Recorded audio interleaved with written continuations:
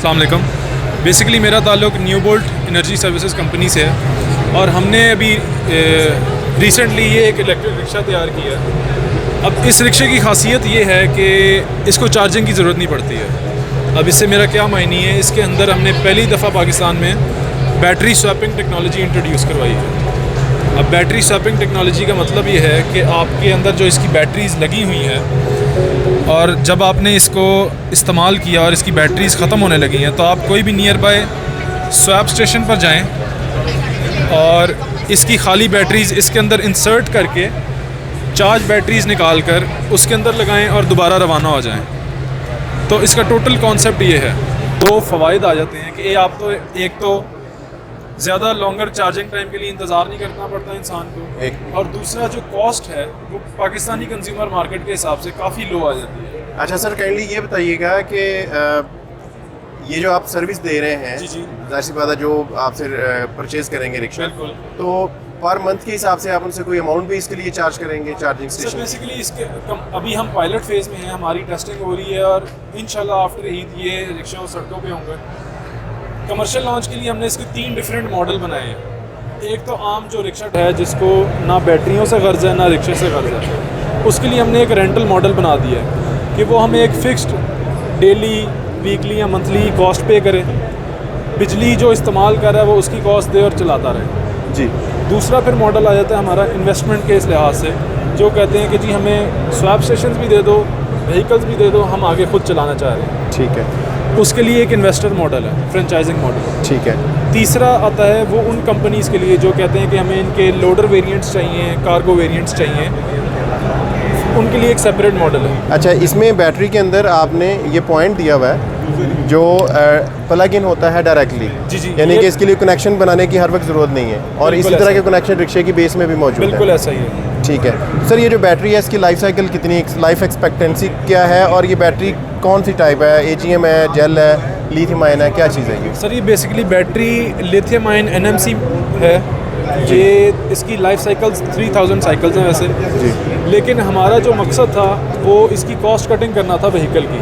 जी, इसलिए हमने बैटरीज़ को व्हीकल से अलहदा कर दिया। ठीक है। अब इससे 2 फ़वाइद निकले। एक तो जो नॉर्मल व्हीकल रिक्शा है ये नॉर्मल उसी की कीमत पर आ गया है। ठीक है। और दूसरा ये हुआ है कि जो बैटरियाँ जो बहुत ज़्यादा कॉस्ट करती थी उसको हमने एक छोटे से रेंटल मॉडल पे इंट्रोड्यूस करवा दिए कि आम इंसान बिजली की कीमत में ही इसका रेंटल भरे और इसको इस्तेमाल करता रहे जी। इससे ये फ़ायदा हुआ है कि इसकी जो लाइबिलिटी है वो कंपनी केटर कर रही है। ठीक है। ये डैमेज होती है, टूटती है, ख़राब होती है, आग लग जाती है, वो कंपनी की ज़िम्मेदारी है, वो इसके ही नेटवर्क में तब्दील होती जाएंगी। ठीक है। और एंड कंज्यूमर को सिर्फ चलाने के फ़वाइद हैं। और वो इसमें एक और मेजर बात है कि कोई मेंटेनेंस फ़ी नहीं है, इसके अंदर कोई इंजन ऑयल की तब्दीली नहीं है, कोई ऑयल फ़िल्टर नहीं लग रहे, एक मोटर है, एक पंखे की तरह आप इसको 24 घंटे भी चलाएं इसको कोई फ़र्क नहीं पड़ेगा।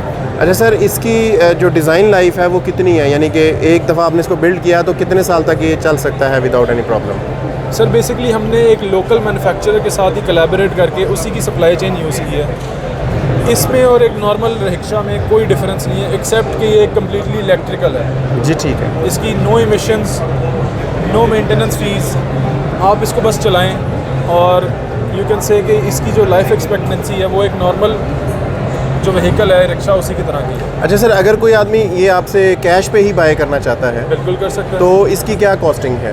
सर कॉस्टिंग जो बिजनेस मॉडल्स हैं वो रेडी हैं जी। प्राइस अभी तक रिलीज़ नहीं की क्योंकि कमर्शियल लॉन्च अभी आफ्टर इस साल के एंड में है जी। We are still in the pilot phase, हम टेस्टिंग कर रहे हैं, हमारे जो थोड़े बहुत इश्यूज़ आ रहे हैं उनको हम यूटिलाइज़ कर रहे हैं जी। बट ये है कि आफ्टर ईद जो है ये काफ़ी तक ऑन द रोड होगा। इसमें हमें एक जो मेजर कंस्ट्रेंट आ रही है वो गवर्नमेंट ऑफ पंजाब की तरफ से है। ठीक है। उसमें ये है कि वो ये व्हीकल रजिस्टर नहीं कर पा रहे। ठीक है। कैटेगरी डिफाइन नहीं कर रहे हैं। बिल्कुल। उनके ये कमर्शियल व्हीकल है जी जी।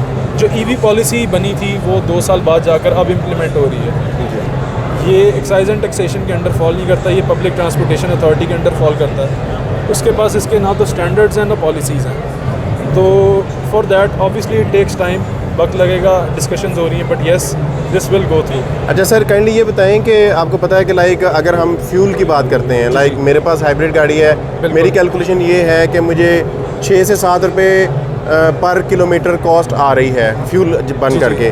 तो आपने इसकी कोई कॉस्टिंग की है कि विद इलेक्ट्रिक ड्राइव ये कितने रुपए में कॉस्ट कर रहा है? क्योंकि अगर हम बात करते हैं ऑडी ई-ट्रॉन की तो वो तकरीबन 2 रुपये या 2.5 रुपये 1 किलोमीटर में कॉस्ट करती है। इवन वो कमर्शियल चार्जर पे जाके चार्ज भी करते हैं। तो इसकी पर किलोमीटर कॉस्ट क्या फ्यूल से कम है, और अगर है तो कितनी है?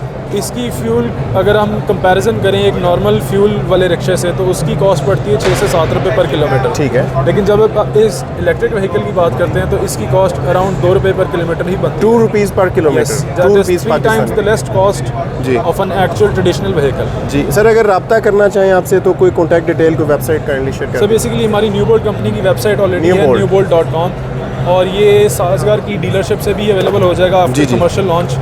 सेल्स, सर्विस, स्पेयर पार्ट्स भी उन्हीं से ही अवेलेबल होंगे। तो हमने एक ही ट्रेडिशनल सप्लाई चेन जो बनी हुई थी व्हीकल्स की, उसी को रीइनोवेट कर दिया। क्या ये बात श्योर है कि ये आप इसको लॉन्ग रन में चलाएंगे, यानी डिसओन तो नहीं होगा? जैसे जैसे एक गाड़ी आई थी चाइना की V2 और वो बाद में डिसकंटिन्यूड होगी, इससे लोग बड़ा कंसर्न होते हैं। इस पे ये एक इन्वेस्टर बैक प्रोजेक्ट है, इसके ऊपर मिनिस्ट्री ऑफ क्लाइमेट अफेयर्स भी इन्वॉल्व है, बिकॉज एक इमिशनलेस चीज़ आजकल की नीड बनी हुई है।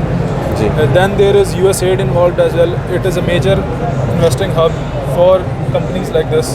तो इंशाल्लाह this will prevail, because जो कॉन्सेप्ट है ये इससे पहले सिर्फ 2-3 और कंट्रीज़ में इंट्रोड्यूस हुआ है, and the fourth one is Pakistan now.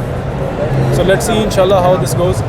Ji sir, बहुत शुक्रिया सर आपके टाइम का। Thank you so much. Thank you जी, अल्लाह हाफ़िज़ जी। तो नाज़रीन, ये है 100% इलेक्ट्रिक रिक्शा, और इसके अंदर ज़ीरो कार्बन मिशन है जो कि ये क्लेम कर रहे हैं, और एग्जैक्टली ऐसा ही है, और इको फ्रेंडली है।